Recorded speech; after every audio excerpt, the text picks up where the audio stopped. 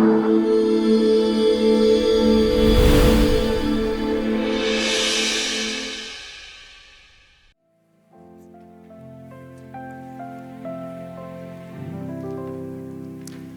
matin à tous, Église Le Sentier. Je suis vraiment content d'être avec vous aujourd'hui. J'aimerais souhaiter la bienvenue aussi ceux qui sont en ligne, ceux qui sont à l'étage.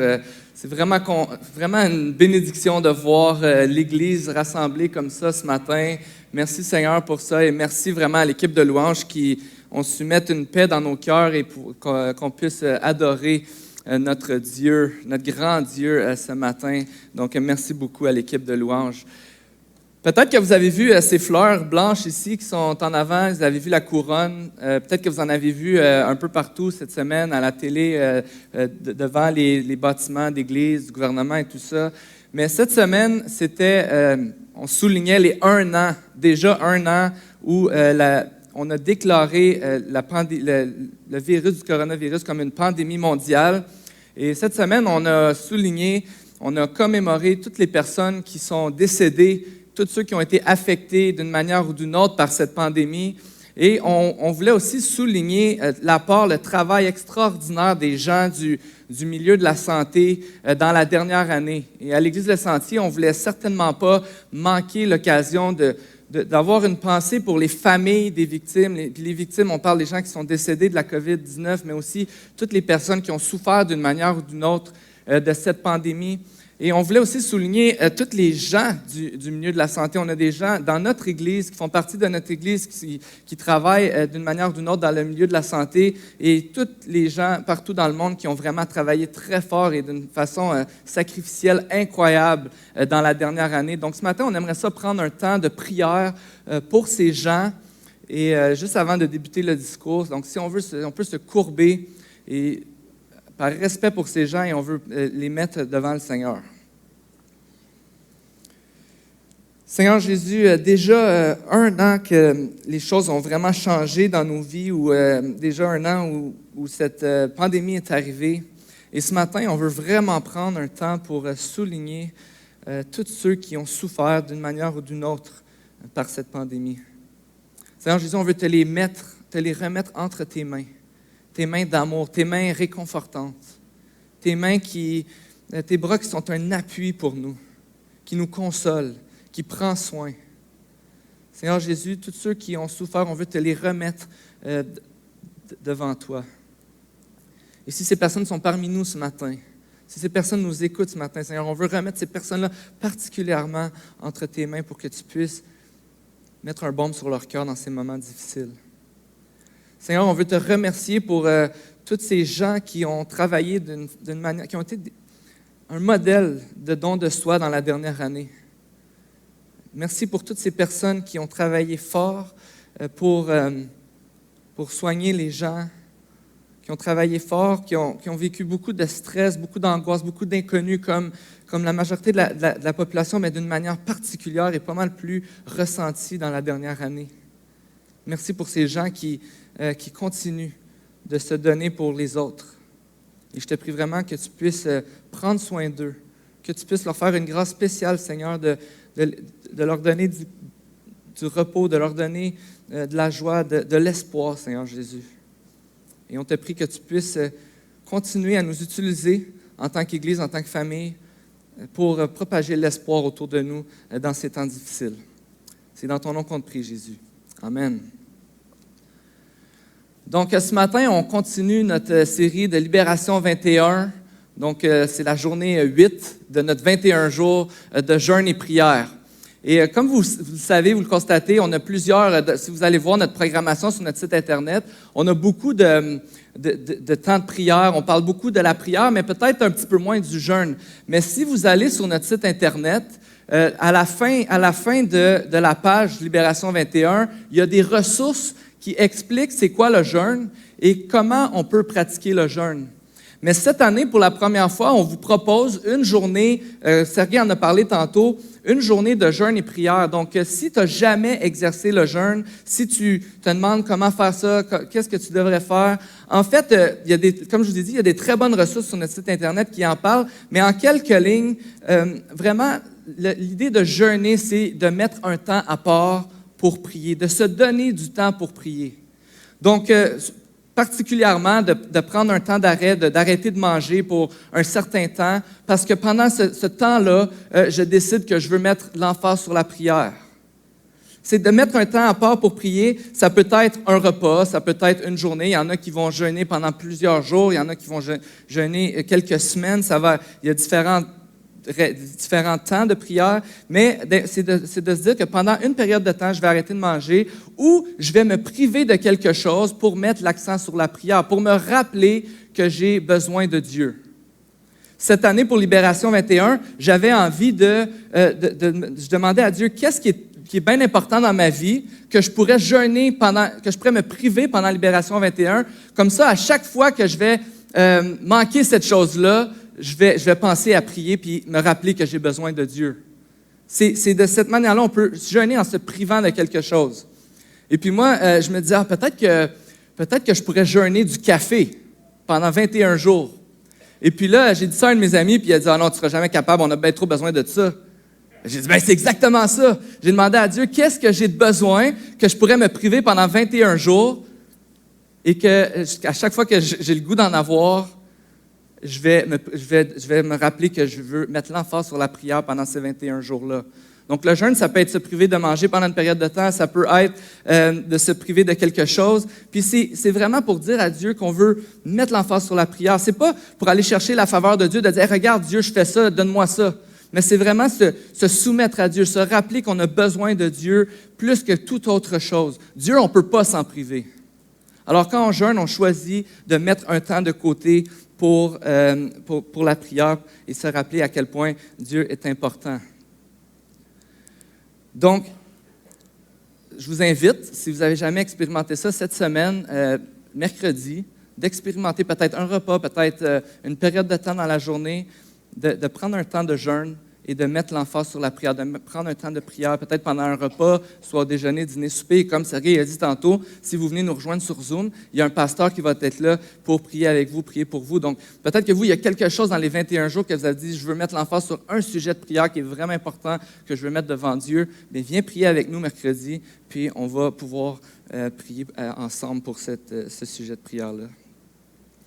Donc, ce matin, on continue justement à se rappeler les promesses de Dieu. Et se rappeler, j'ai vraiment aimé ce que Marie-André a dit aux enfants tantôt, pas juste les promesses passées, les promesses futures, mais comment est-ce que les promesses de Dieu nous affectent aujourd'hui? Comment elles ont un impact dans notre vie aujourd'hui? Et ça, c'est vraiment une bonne question. De se poser, qu'est-ce que ça change dans ma vie que Dieu, dans sa parole, me promette telle ou telle chose? Aujourd'hui, on va voir ensemble la promesse du repos. On va voir que Dieu nous invite.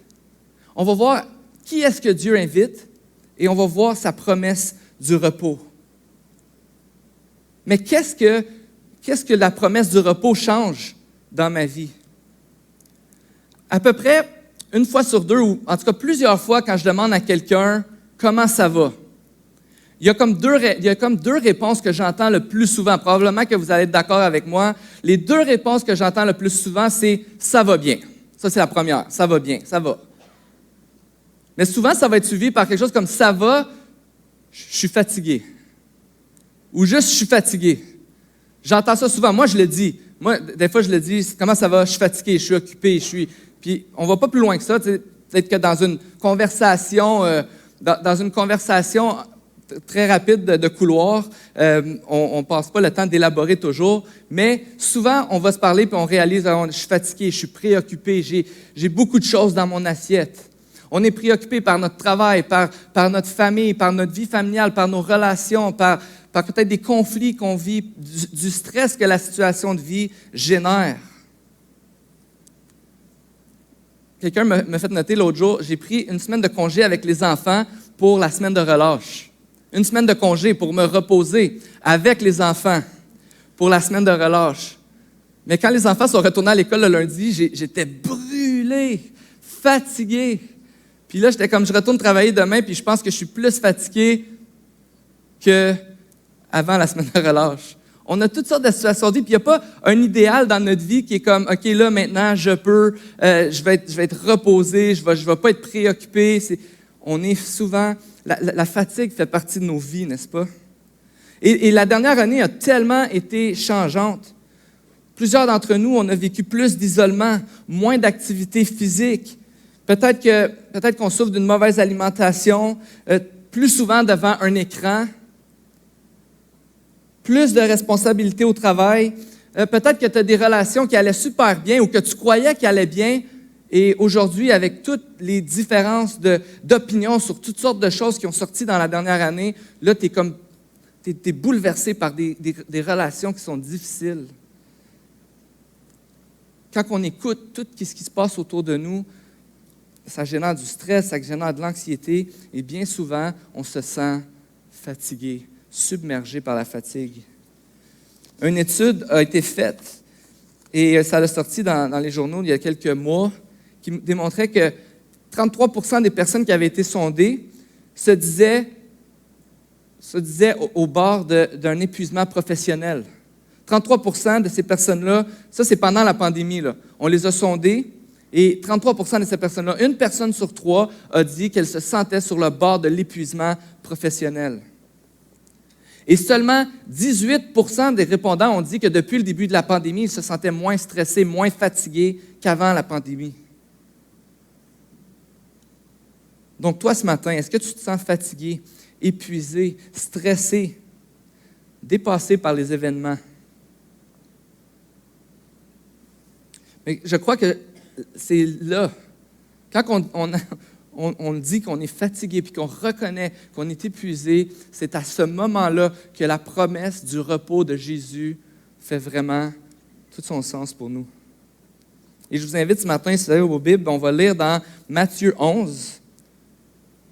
On va lire les versets 28 à 30. On va voir que Jésus nous invite dans son repos. On va voir qui est-ce que Jésus invite dans son repos spécifiquement et on va explorer la promesse de son repos. Donc, dans Matthieu 11, 28, on peut lire « Venez à moi, vous toutes qui êtes fatigués et courbés sous un fardeau, et je vous donnerai du repos. Acceptez mes exigences et laissez-vous instruire par moi, car je suis doux et humble de cœur, et vous trouverez le repos pour votre âme. En effet, mes exigences sont bonnes et mon fardeau est léger. Tout d'abord, Jésus s'adresse à la foule, il s'adresse aux gens, aux Juifs qui sont là à l'époque, les gens de son époque. Il les regarde et il les invite. Jésus les invite, puis il va dire « Venez à moi, vous tous qui êtes fatigués et courbés, ou peut-être dans votre Bible, et chargés, et je vous donnerai du repos. » L'invitation de Jésus, c'est la plus grande distinction entre le christianisme et toutes les autres croyances, religions, philosophies du monde entier. Jésus nous lance une invitation à venir à lui. Jésus s'adresse à des gens qui étaient accablés par un fardeau. Et je vais en parler un petit peu plus tantôt, mais ce fardeau-là, c'était le fardeau de performer, d'être des bons religieux, de faire les bonnes choses pour avoir la faveur de Dieu.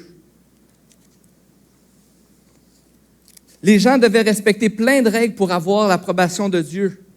Et là, Jésus va respecter les attentes de toutes les religions et croyances du monde. Parce que son invitation, il va dire « Venez à moi ». Et là, ce qu'on va voir tantôt, c'est plutôt que de venir avec vos réussites, venez avec vos faiblesses. Plutôt que de venir avec tout ce que vous avez fait de bon dans votre vie, venez comme vous êtes. Vous n'avez rien à m'offrir. Vous n'avez rien à prouver. Faites juste accepter de venir à moi. C'est une invitation qui est gratuite, qui n'a aucun fardeau qui est attribué à cette invitation-là. Jésus va nous dire, si tu viens à moi, je vais faire tout le travail. Si tu viens à moi, je vais te donner le repos dans ton cœur. Je vais calmer la tempête dans toi. Si tu viens à moi, tu vas vivre le calme. Pour les Juifs qui entendent cette promesse-là, qui entendent cette invitation-là de Jésus, il faut juste voir le contexte ici. Ils étaient submergés par des attentes de performance religieuse. Ils étaient sous l'emprise d'une nation, la nation romaine, probablement une des plus sanglantes, une des plus difficiles, un des gouvernements les plus difficiles de toute l'histoire, le plus violent. C'était difficile. On faisait un peu d'argent, on devait payer l'impôt. Les Juifs, étaient accablés sous l'emprise des Romains. Les Juifs ont une histoire qui est sous le signe de l'esclavage. Les Juifs en Égypte, les Juifs sous l'emprise de plein d'autres nations. Et là, il y a Jésus qui dit, « Venez simplement à moi. Je n'ai aucune attente envers vous. Je ne vais pas augmenter votre charge de travail. Je ne vais pas vous demander de me donner plus d'argent. Je ne vais pas vous demander d'être des meilleures personnes. Là, je vous demande simplement de venir à moi et moi, je vais faire le travail dans vos vies. »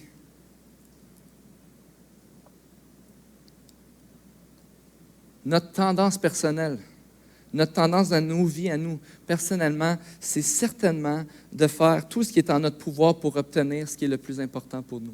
Notre mode par défaut, ce n'est pas de dire « Ah, je vais me tourner puis je vais aller vers Jésus. »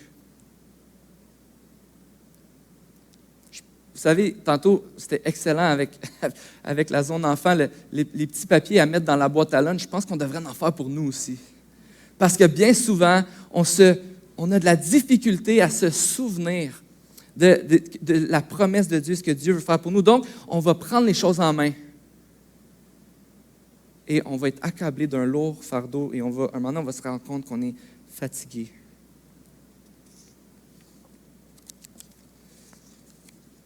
Jésus n'invite pas ceux qui sont en pleine possession de leurs moyens, comme on vient de voir. Jésus invite ceux qui admettent leur faiblesse. Ceux qui disent, oui, je suis au bout du rouleau, je suis fatigué, je ne suis plus capable, j'ai besoin de toi, Seigneur. Jésus dit, venez à moi, vous tous qui êtes fatigués et courbés, fatigués et chargés. Le fardeau, comme je vous ai dit, venait des hommes religieux de l'époque qui imposaient toutes sortes de règles. En plus des règles de la loi de l'Ancien Testament que Dieu avait donné à Moïse, que Moïse avait donné au peuple, que le peuple juif se devait de respecter. Mais les hommes religieux de l'époque avaient dit, bon, mais pour s'assurer qu'on va respecter les règles qu'on nous a données, on va rajouter, puis rajouter, puis rajouter des règles pour s'assurer qu'en plus, si on est capable de respecter ces règles-là, mais c'est sûr qu'on va respecter les règles de Dieu. Et là, c'était accablant, c'était fatigant. Puis surtout que la loi n'avait pas pour but de nous donner la paix. On le voit, la loi n'avait pas pour but de nous sauver, de nous réconcilier avec Dieu. Et c'est ce qu'on lui donnait comme travail à faire. Mais ce fardeau ne faisait qu'épuiser les gens. Et Jésus, dans son amour et dans sa grande compassion, voit cette foule et dit, « Venez à moi, vous tous qui êtes fatigués et chargés. » Un des gros problèmes quand on est fatigué, c'est parce qu'on court après des choses qu'on croit qui vont nous donner le repos, qui vont nous donner la satisfaction, qui vont nous donner la joie, qui vont nous donner de la valeur, qui vont nous donner de l'approbation des autres. On court après des choses et on croit que ces choses-là ont le pouvoir de nous donner ce qu'on désire le plus. Et on va courir après ces choses-là jusqu'à temps qu'on se sente épuisé, plus capable. Qu'est-ce qui t'épuise ce matin? Qu'est-ce qui t'épuise? Pourquoi es-tu fatigué? Il y a plusieurs raisons. La liste elle pourrait être longue. Pourquoi sommes-nous fatigués? Peut-être que c'est parce que tu es toujours en train d'essayer de faire les bonnes choses pour plaire aux autres. Tu n'as pas le droit à l'erreur. Tu dois toujours performer. Peut-être que pour toi, tu cherches constamment à avoir l'attention des gens autour de toi et tant que tu ne l'as pas, tu continues à chercher d'avoir l'attention des autres. Peut-être que tu as pris des mauvaises décisions. Peut-être que tu as une gestion de ton aura qui est défaillante. Tu as dit oui à trop de choses. Peut-être que tu vis de l'inquiétude pour un de tes enfants ou pour un membre de ta famille ou pour quelqu'un que tu aimes beaucoup. Qu'est-ce qui t'épuise? Mais l'épuisement, là, elle ne nous disqualifie pas.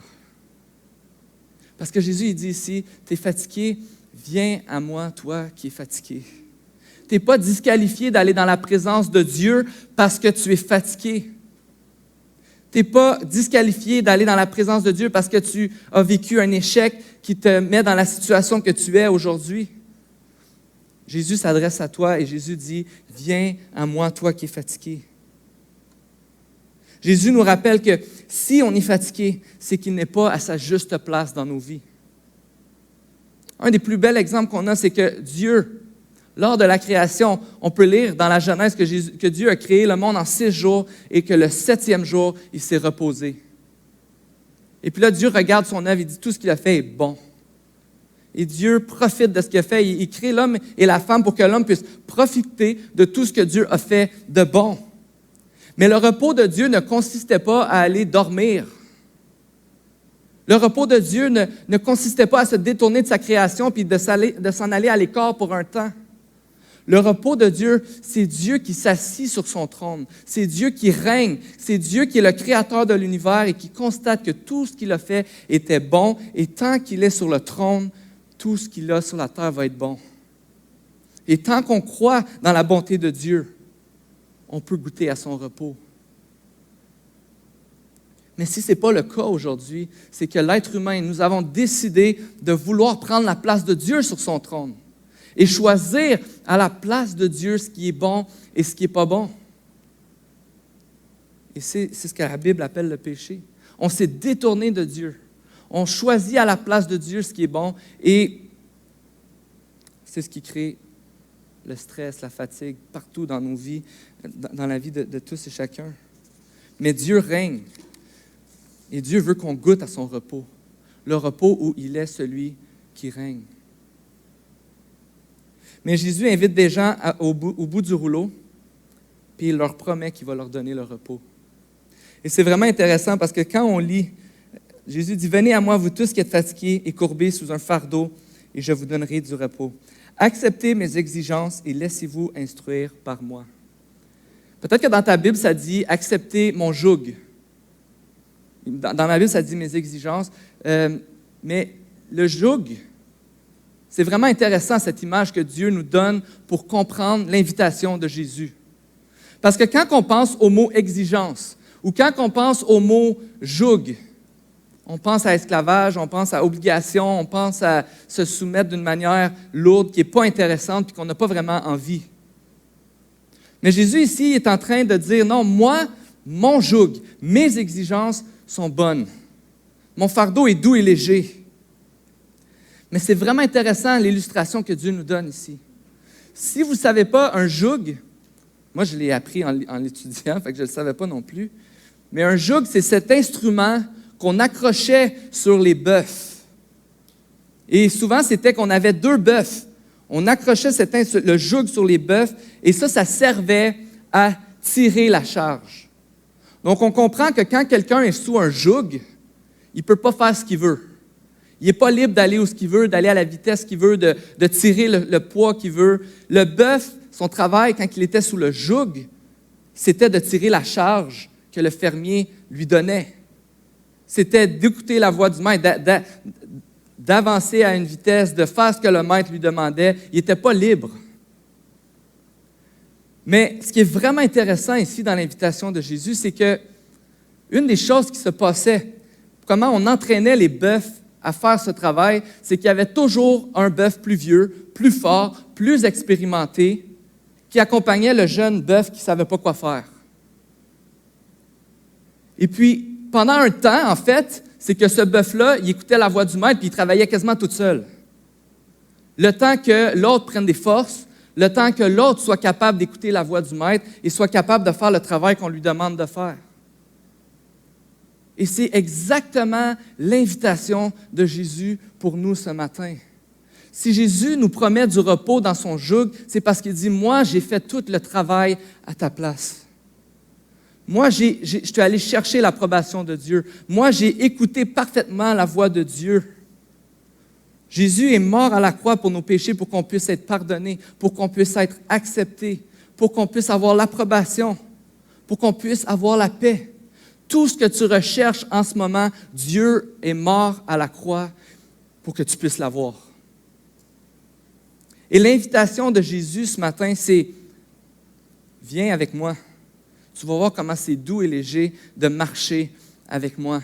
Parce que moi, j'ai tout fait à ta place. »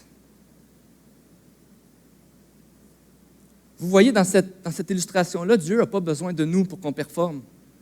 Parce que Jésus a déjà tout fait le travail à notre place. Dieu n'a pas besoin de nous. Dieu nous invite à participer avec lui. Jésus nous invite à prendre part à son jeu parce qu'il a tout fait pour nous. Jésus est doux et humble de cœur. Le christianisme, c'est pas et ça ne devrait pas être une expérience exigeante, lourde, difficile, qui manque de joie, qui manque d'espoir, qui manque de paix. Parce que tout d'abord, Dieu veut nous donner son repos pour qu'on puisse expérimenter la paix et qu'on puisse le servir librement et avec joie. Quand je goûte au repos de Jésus, je peux aimer mon prochain sans m'attendre à rien en retour parce que Dieu m'a tout donné ce que j'avais de besoin. Quand je goûte au repos de Jésus, je peux le servir avec joie, avec amour et avec reconnaissance parce que Dieu m'a déjà donné tout ce que j'avais de besoin. Quand on fait les choses pour avoir quelque chose, pour avoir l'approbation de Dieu, c'est ce qu'on appelle la religion. Mais quand on fait les choses parce qu'on a eu l'approbation de Dieu, parce que Dieu a fait le travail pour nous, c'est ce qu'on appelle l'Évangile, c'est ce qu'on appelle la grâce. Et c'est cette promesse que nous voulons reconnaître et dans laquelle nous voulons nous reposer ce matin. J'aimerais, l'Église des Sentiers, qu'on puisse accueillir notre fatigue ce matin. Parce que si le repos, c'est une dépendance journalière à Dieu qui nous donne tout ce qu'on a besoin pour vivre. Le repos, c'est une dépendance journalière. À tous les jours, on a besoin de dépendre de Dieu pour notre repos et de croire qu'il va nous donner tout ce qu'on a besoin pour la journée. Eh bien, on a besoin d'accueillir la fatigue. Accueillons notre fatigue comme un signal dans nos vies, comme un rappel que j'ai besoin maintenant de me tourner vers Dieu. Cette semaine, je t'invite, quand tu vas vivre du stress, quand tu vas te sentir fatigué, épuisé, à bout, quand tu vas peut-être lâcher un cri de découragement, accueille ça comme un signe. Accueille ça comme un signe que tu as besoin de te tourner vers Dieu et de lui donner le contrôle. C'est dans ces moments-là que la prière, la lecture de la parole prend son sens, quand on est fatigué et chargé et qu'on reconnaît qu'on a besoin de Dieu. Parce qu'on va chercher le repos de notre âme. On trouve Dieu à ce moment-là. Ce matin, frères et sœurs, j'aimerais terminer en nous disant qu'on n'a pas besoin de faire comme des canards. Quand j'étais jeune, j'avais un camping, il y avait un étang, et on nourrissait les canards souvent. Il y avait toujours les canards qui venaient proches de notre roulotte. Et j'étais toujours comme surpris de voir à quel point un canard avait le contrôle dans l'eau, n'est-ce pas? Je ne sais pas si vous avez déjà vu, vous pouvez les voir sur la rivière aussi, si vous allez marcher sur le bord de la rivière. Ils nagent avec les vagues, ils se laissent porter, ils ont de l'air super doux, super calme, aucun souci. Mais la journée que j'ai appris que ce canard-là, qui a de l'air si calme, travaille plus dur que n'importe qui autour de nous en ce moment. Avec ses petites pattes, il est en train de nager pour être capable de rester dans l'eau comme ça. Il travaille fort, puis il nage. Mais moi, je ne savais pas ça. Mais la réalité, c'est que quand on grandit ou quand on devient plus vieux, on apprend ça, on sait aussi que entre nous, là, on a peut-être tous l'air des canards quand on se voit. Mais on sait que pour rester sous l'eau, pour rester au-dessus de l'eau, il faut nager constamment. On sait que chacun d'entre nous, on vit de la fatigue, on vit du stress, on vit des soucis dans nos vies. On est tous dans le même bateau. Et ce matin, j'aimerais ça nous inviter à accueillir cette fatigue, à accueillir ton dépassement, puis de te tourner vers Jésus. Cette semaine, pendant tes temps de prière, remercie Dieu et demande à Dieu qu'il te donne du repos. Peut-être que ce matin, tu t'écoutes, tu entends et tu dis, je ne sais pas, je n'ai jamais goûté à ça, Demande-le à Dieu. Parce que Jésus t'invite à venir à lui et il va te donner du repos. C'est une promesse qu'on peut expérimenter aujourd'hui. Et je nous invite ce matin, pendant le chant qu'on va chanter, à juste courbez-vous, parlez avec Dieu, demandez-lui du repos. Si c'est la première fois que tu entends ce message et tu veux goûter au repos de Jésus qui est mort à la croix pour nos péchés, qui a donné sa vie pour toi, qui veut te pardonner, te réconcilier avec Dieu, on t'invite à nous écrire. Envoie-nous un texto, ça va nous faire plaisir de communiquer avec toi et de faire ce cheminement-là avec toi. Parce que Dieu nous donne le repos. Peu importe, ça fait combien de temps qu'on le connaît. Aujourd'hui, si tu es fatigué, tu es un être humain qui a besoin du repos de Dieu.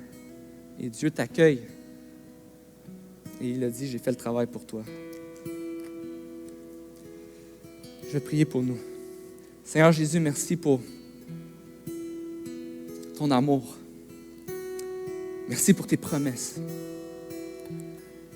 Seigneur, dans la dernière année, on a vécu toutes sortes de stress, d'inquiétudes, de perte de contrôle, de difficultés à différents niveaux pour chacun d'entre nous. Et on n'avait pas besoin d'une pandémie, Seigneur, pour vivre ça. Et Seigneur, souvent on se sent seul, on se sent dépourvu, on se sent sans ressources.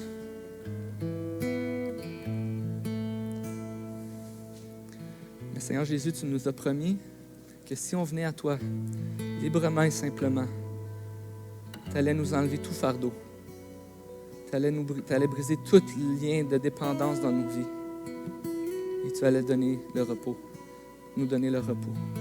Et je prie que cette promesse puisse traverser nos cœurs ce matin, chacun d'entre nous. Et qu'on puisse goûter à ce repos cette semaine de façon tangible. Et qu'on puisse se réjouir et célébrer tes promesses qui sont bonnes pour nous aujourd'hui.